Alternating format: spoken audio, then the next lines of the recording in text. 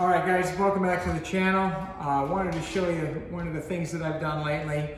My fiberglass side pipe covers were starting to blister with the heat.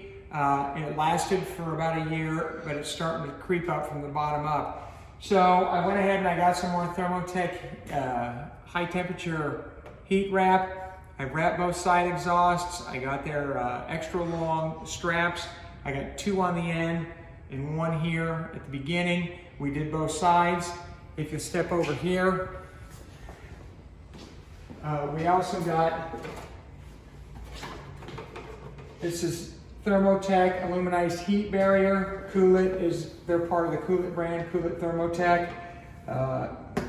Deflects up to 2,000 degrees of radiant heat. Obviously, this is very, very, very close to the pipe. It says it withstands 400 degrees continuous temperature. So I'm hoping that this will be okay behind here with the wrap. I wouldn't have put this behind the side exhaust covers without that wrap on there because I can guarantee it would turn it into goo and probably light something on fire.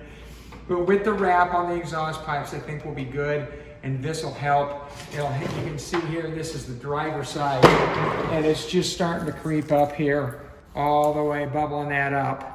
Unfortunately, when I bought them, they had a very, very thick coat of candy apple red paint on it, and I think that that's kind of the problem, is that it's so thick, it's just peeling. I would have preferred to just have a light coat of paint, and I probably wouldn't be having this problem. But I'm going to save the painting for next spring or next summer. We'll get these on the car, and I'll let you know how it works out. Okay, so we got it on here. You may have noticed earlier, if you watched the other videos, I had wrapped the head pipe coming from the manifold already, just to keep the heat away from all of the wiring that the LS has.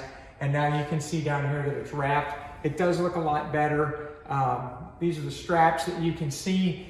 If you notice over here, I have straps here too. I painted these with Thermotech high heat black paint, even though the wrap's black.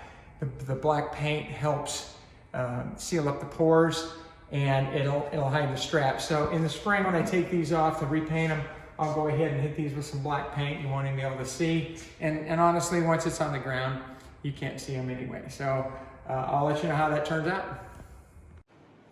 Okay, we just got back from a test drive.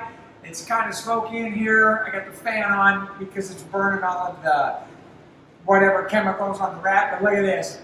This is cool to the touch. It's barely even warm, and granted it's 45 degrees out, but usually I can touch it, but not for very long. I can actually put my hand on the hot pipe on the wrap, and granted I can't leave it there very long, but normally that would just be an instant third-degree burn and blister your hand. So I think that my problem with overheating the covers was solved. Let me show you from underneath the car really quick what it looks like.